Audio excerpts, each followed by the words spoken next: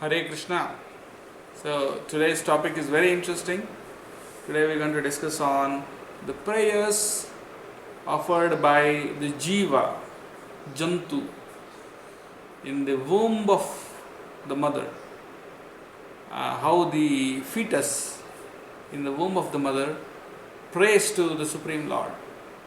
And this is part of the teachings given by Lord Kapila to his mother Devahuti in the third canto of Srimad Bhagavatam. In the 31st chapter, Lord Kapila is giving instructions on the movements of the living entities, which means that how the living entities move from one species to another and within the body, within one's life. So here he is saying how the living entity attains a body. He says, Shri Bhagavan Vacha, कर्मणादैव नेत्रेण जंतुर्देहोपपत्तये स्त्रियः प्रविष्ट उदरं पुंसो रेतः कणाश्रयः. He says, Daiva Netrena means under the supervision of the Supreme Lord. Under the supervision of the Lord, karmana, by one's own karma or activities, the jantu or the living entity, the jiva, gets into the womb of a mother through the semen of the father. He enters the womb of the mother. And then it goes on to explain how after entering into the womb of the mother, how the living entity develops in the first 9 months. It says, Kalakam tvekaratrena pancharatrena budbudam. Says, and then dasahena tu karkadhuhu peshyandam va tatah param. He says, in the first night it just develops a body, and after 5 nights it's like a bubble, and then after 10 nights it's like a nut, something like a plum. And then after that, gradually it develops into a lump of flesh or egg, as the case may be. It develops into either flesh or egg. So then what happens is, Masena tu siro dvabhyam bahu angri adi anga vigraha. Says naka lomasthi charmani linga chidro udbhavas tribhi.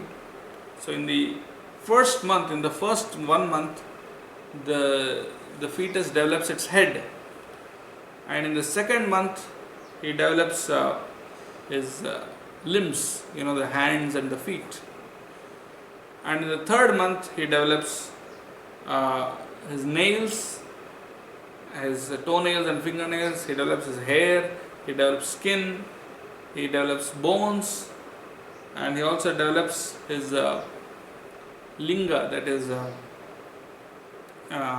his generative organ, and then chidra, that means the 9 holes, the 9 holes of the body, the eyes, the nose, nostrils, the ears, the mouth, anus and rectum.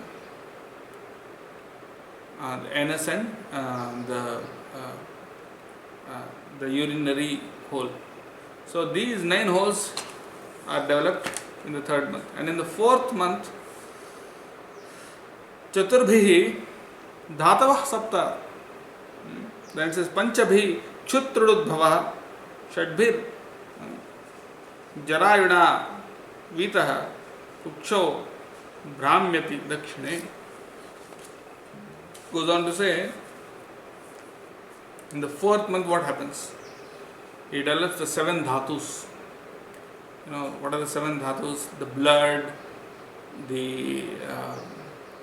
blood, flesh, and the bones, the bone marrows, and the semen, and 2 more. So these are the 7 dhatus. And in the 5th month he develops hunger and thirst.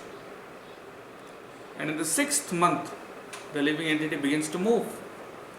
The fetus begins to move and it turns towards its right. And then it derives nutrition from the mother, obviously.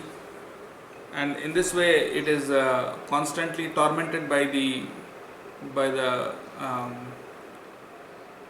worms and other creatures in the mother's womb, and scorched by or affected by whatever the mother eats.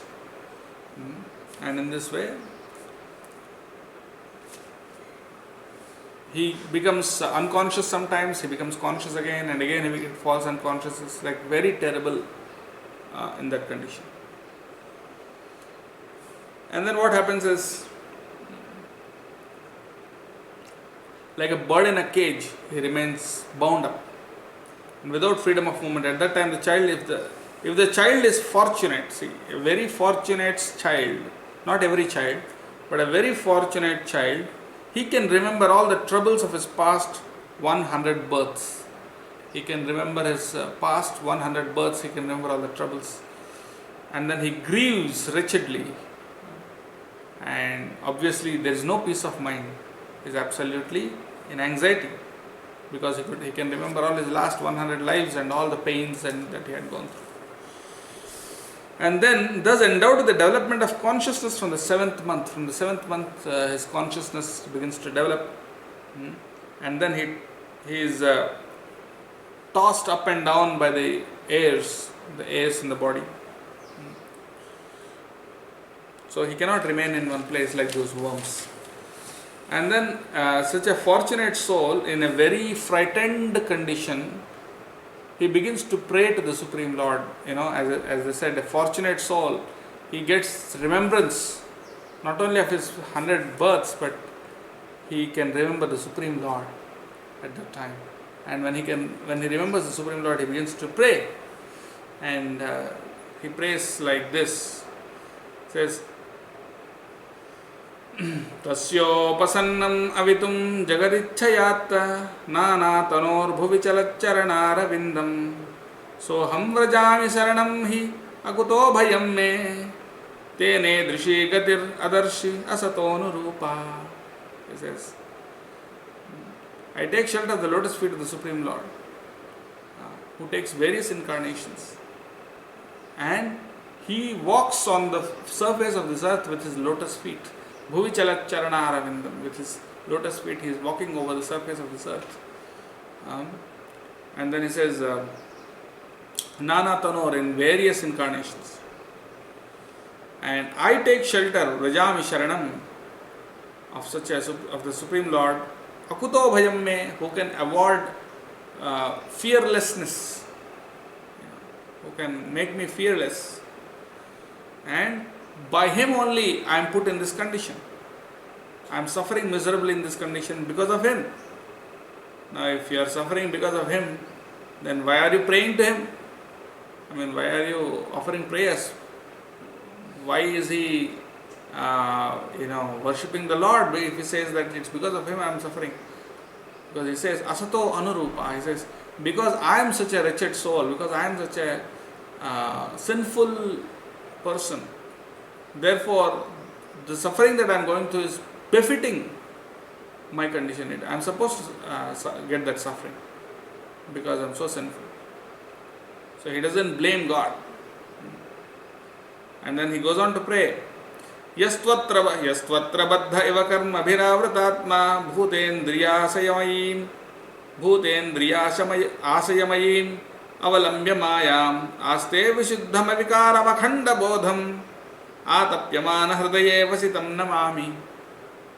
He says, Yastu atra baddha eva karma bhiravratatma. I am actually bound up in this place as if I am bound by my karma. Why does he say as if? Baddha iva.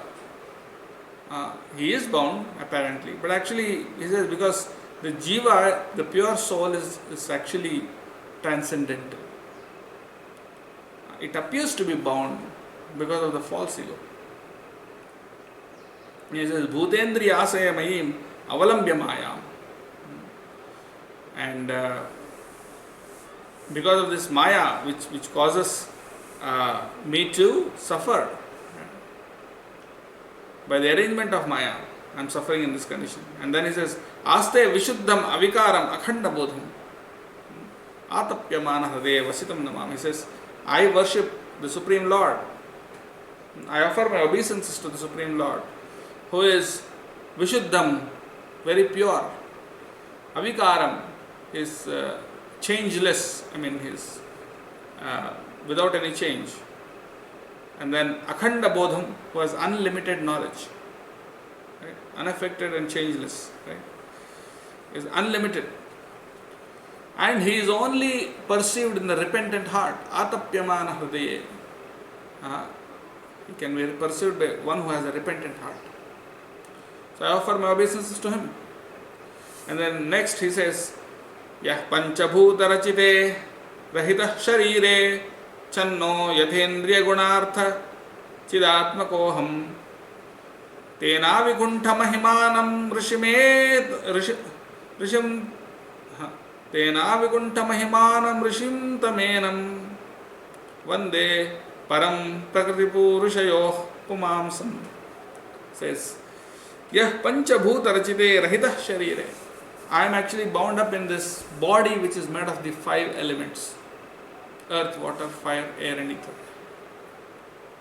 And I am covered over by this body.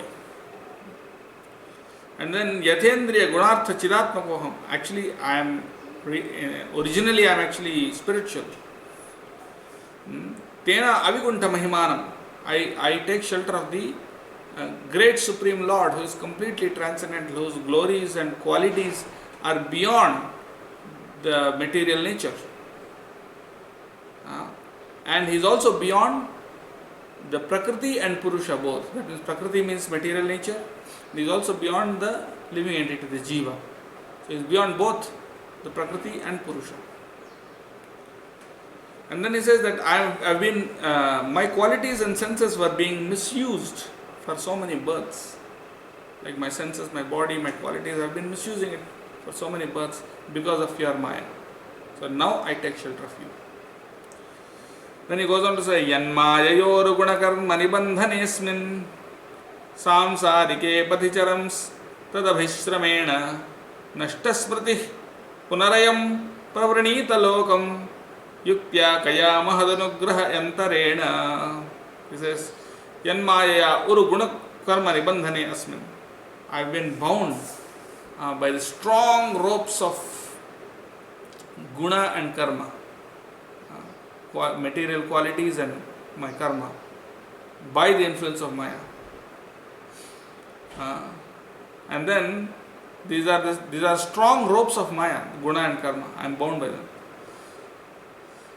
And then he says that because of this I continue to struggle hard for existence on this path of material existence. And then he says, and this, what is the cause of this suffering? What is the cause of this conditioning? It is actually simply forgetfulness of the Supreme Lord, because I forgot my relationship with you, and therefore I am suffering. And then he says, now how can I gain release again, and how can I engage in his service without his mercy? Because I forgot him. Now if I want to engage in his service, I definitely need his mercy. Just like, say you are supposed to work somewhere for someone, and then you suddenly stop going without any notice. You just abscond, and after absconding you want to go back. It's not easy. You need to please that person first. So he's saying that how can I come back to engage in your service without your mercy? Then he goes on to say, Jnanam yadetad adadhat katamah sadevah Traikalikam sthirachareshu anuvartitamshaha tam jiva karma padavim anuvartamanas tapatrayopasamahnaya vayam bhajema. He says, Jnanam yad etad adadhat katamah sadevah. So the Supreme Lord, in the form of Paramatma, or the Super Soul, is present in every living entity. And He is present in all three times, that is the past, present and future. And He is also directing all the animate and inanimate objects. That means the living entities and the dead matter. So He is directing both. So by His direction, all the living entities are engaged. So therefore, in order to get free from this conditioned life, we need to surrender to Him completely. So I surrender to the Supreme Lord completely because He is controlling this whole material nature. Dehyanya deha vivare jatharagnina Vinmutra kupapatito bhrusha tapta deha icchan ito vivasitum ganayan swamasan nirvasyate kripanadhir bhagavan kadanu. Then he says that I am actually burning in this belly by the Jatharagni, or the fire of digestion. The digestive fire which digests all the food. That's actually scorching this jiva. It goes on to say, I am actually in this abominable place full of, it's like a hole full of stool and urine, and I am suffering greatly. It says, Ganayan Samasan, and he wants to get released, and he is just counting his months. How many months are to be here? He is just counting his months. And then Nirvasyate Kripanadhir Bhagavan Kadanu, he is praying to the Supreme Lord. Oh Lord, when am I going to get released? Nirvasyate, when I am coming out of this hellish place. So in that way, when will I be released from this confinement? That's how he is praying. But then, in the next few verses, his prayer is going to change. That's very interesting. Let's see. Yene drishim gatimasau dasamasya isha sangrahita purudayena bhavadashena svenaiva dushyatu kridena sadina natha kona matat prati vinanjalim asya kuryat. He says, I have been in this place barely 10 months. Actually 9 months, but maybe at the most 10 months. So I've been here just barely 10 months, and now I'm awakened to consciousness. Now, what kind of consciousness is he talking about? He's not talking about just ordinary consciousness that every living entity already has. He's talking about this consciousness, Krishna consciousness, where he's able to remember God. Although I am only 10 months old. He says, for this causeless mercy of the Supreme Lord, there is no way to express my gratitude. He is very grateful to the Supreme Lord. And then he goes on to explain why this is so special. In the next verse he says, Paschatyayam dhishanaya nanusaptavadhrihi sharirike damasarirya parah swadehe yat srishtayasam tamaham purusham puranam pasye bahirhridya chaityamiva pratitam. He says that in different other types of bodies other than the human body, almost in every case, the living entities in other forms, in other bodies, they can barely remember you. They only act by instinct. They just act by instinct. The animals, they only act by instinct. And only to the agreeable and disagreeable sense perceptions of that particular body.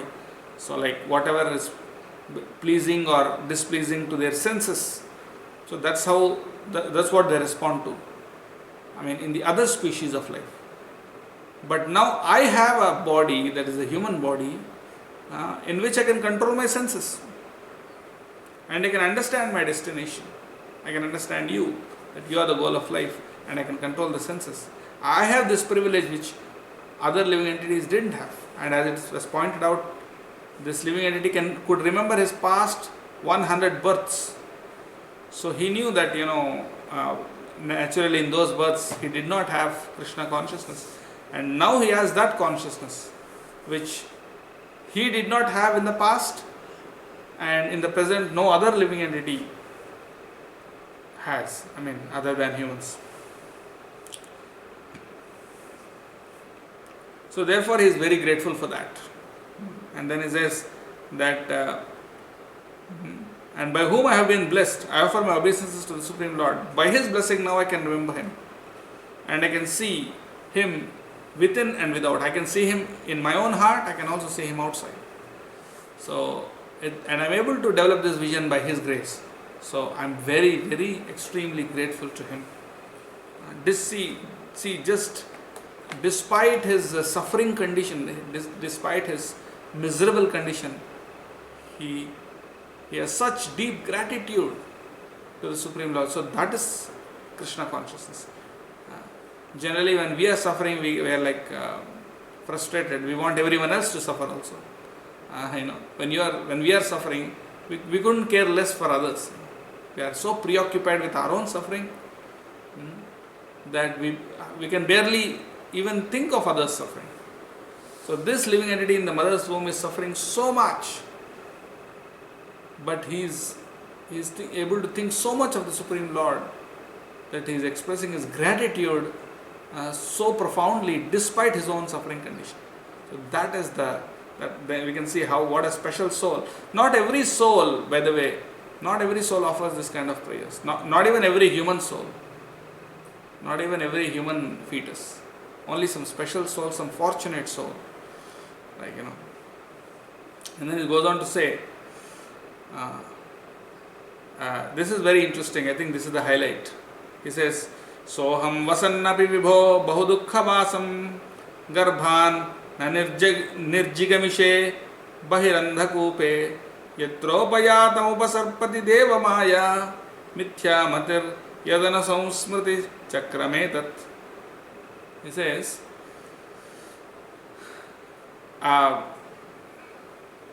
although I am living in a terrible condition, he says, I know it's extremely terrible, this condition, but still I do not want to get out. He says, I want to remain in this womb. Just some time ago he had prayed to the Lord, as we saw in 2 verses back, in 2 or 3 verses behind. He was saying, oh my Lord, when will I come out? That was his prayer. But now he is saying the exact opposite thing. He is saying, I don't want to get out of this place, although it's very terrible. Why?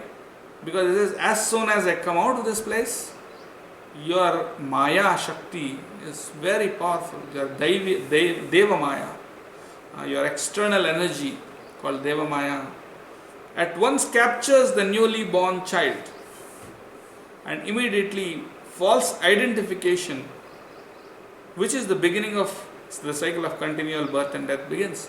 That means immediately his false identification with the body starts, and then that goes on to cause him repeated births and deaths again. So the point being, therefore he is saying, I wish to remain here, although it's miserable. I don't want to forget you. I want to my consciousness to remain fixed on you. And why he is going to say that in the last verse of his prayers. So this is very interesting.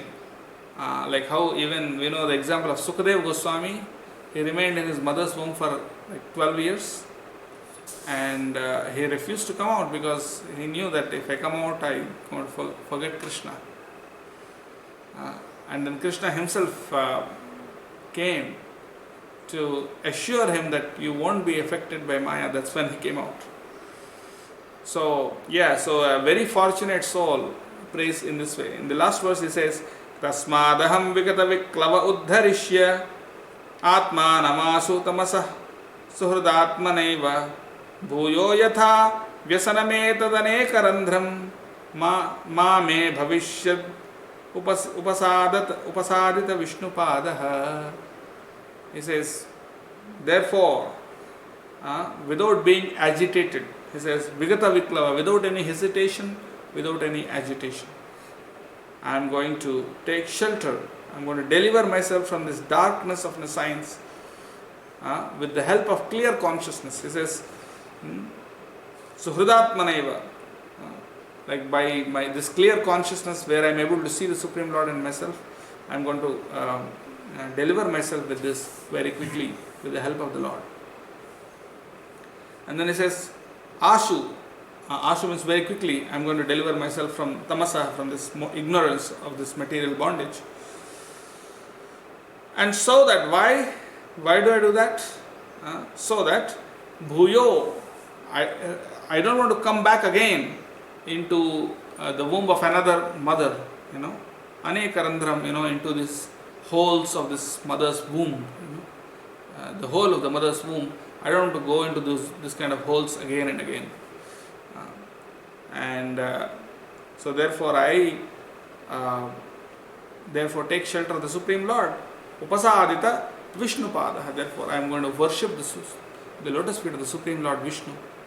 In this way he is concluding his prayers. So it's a beautiful, beautiful prayer by this jiva to the Supreme Lord in the womb. And many of us, most of us would have prayed similarly in the womb of our mother. But then Bhagavatam goes on to explain. Lord Kapila continues to explain to his mother Devahuti that soon afterward, when the force of wind pushes him downward, the living entity takes birth in this pool of blood and stool and urine, and then he is immediately surrounded by his relatives and all these people, and then he forgets God, and then he is again engaged in materialistic activities according to his karma, and he goes on with his material life. But if he is fortunate, because he had prayed to the Supreme Lord that he wants to worship him, therefore the Supreme Lord does give him an opportunity to worship him. He does send reminders to him. However, if he does not take advantage of those reminders and surrender to the Supreme Lord throughout his life, then he again goes back to that cycle of birth and death. And what is the biggest cause of this? He says the biggest cause of this forgetfulness is just Deva Maya, that is the energy, the Maya energy of the Supreme Lord.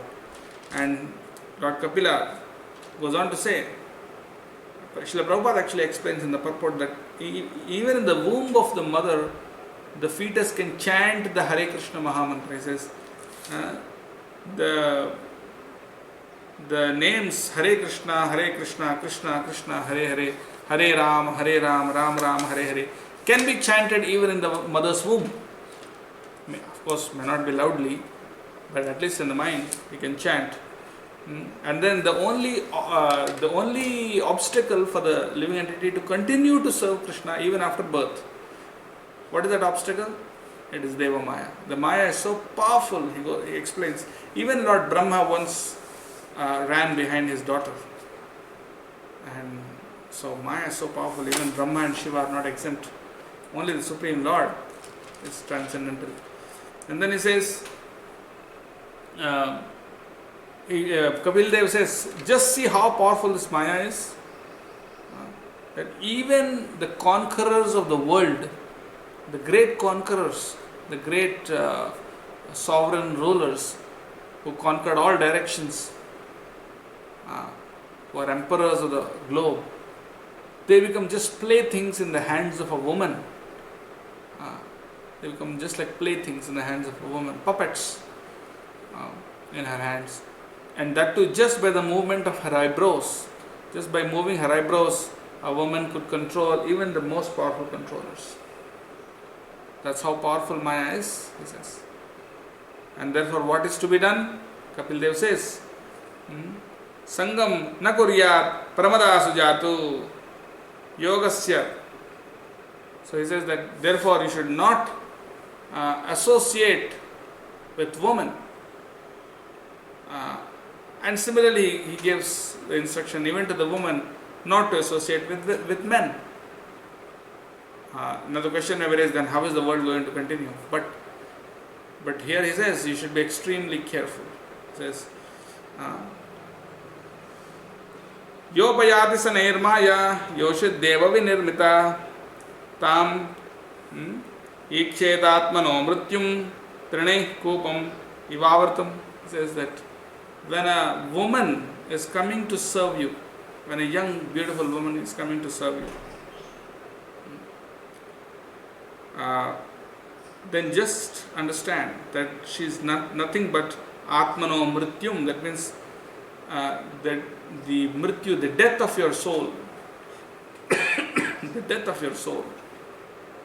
Of course, the soul has no death, but I mean, in one sense, when it is not engaged in Krishna consciousness, it's one sort of death. So, it's a death of the soul that's coming in this form. It's just like a well covered with grass. You know, it looks like green grass and you can, no problem, you can walk over it. But as soon as you go there, you just fall into the well and there's no escape. You're going to die. A horrible death. So that's how this woman is. So it's not that the woman is bad, but for a man who has the enjoying tendency, for him, woman is death. So similarly, the instruction has been given to women also not to associate with men and his family. Understand that this is all also Maya for her. So and then goes on to say that he concludes his teachings, Lord Kapila, by saying that therefore a person should be extremely careful not to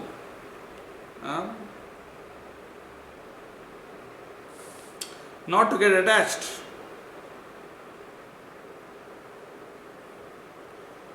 Therefore, he says that there is nothing like death or birth for the soul.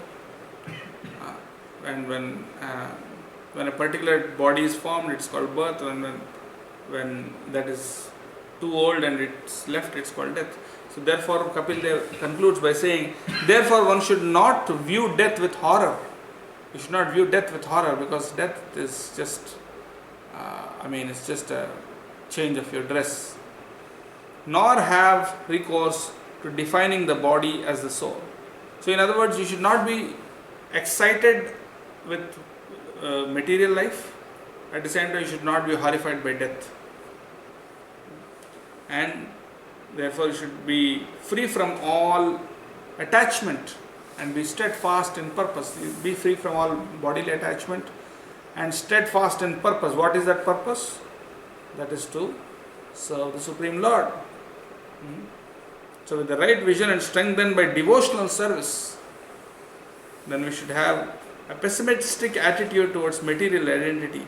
So the point is, one should be unconcerned with the material world by developing complete devotion to the Supreme Lord very carefully, so that you don't get attached again and continue in this horrible cycle. Once you go back, there is no guarantee we'll come back soon, anytime. Therefore, let us take this opportunity of human life very seriously by chanting Hare Krishna, Krishna Krishna, Hare Hare, Hare Ram, Ram Ram, Hare Hare, in the association of devotees. Thank you very much. So now, if you have any questions, please write in the comment section and I'm going to answer them. And please like and share. Thank you very much. Hare Krishna.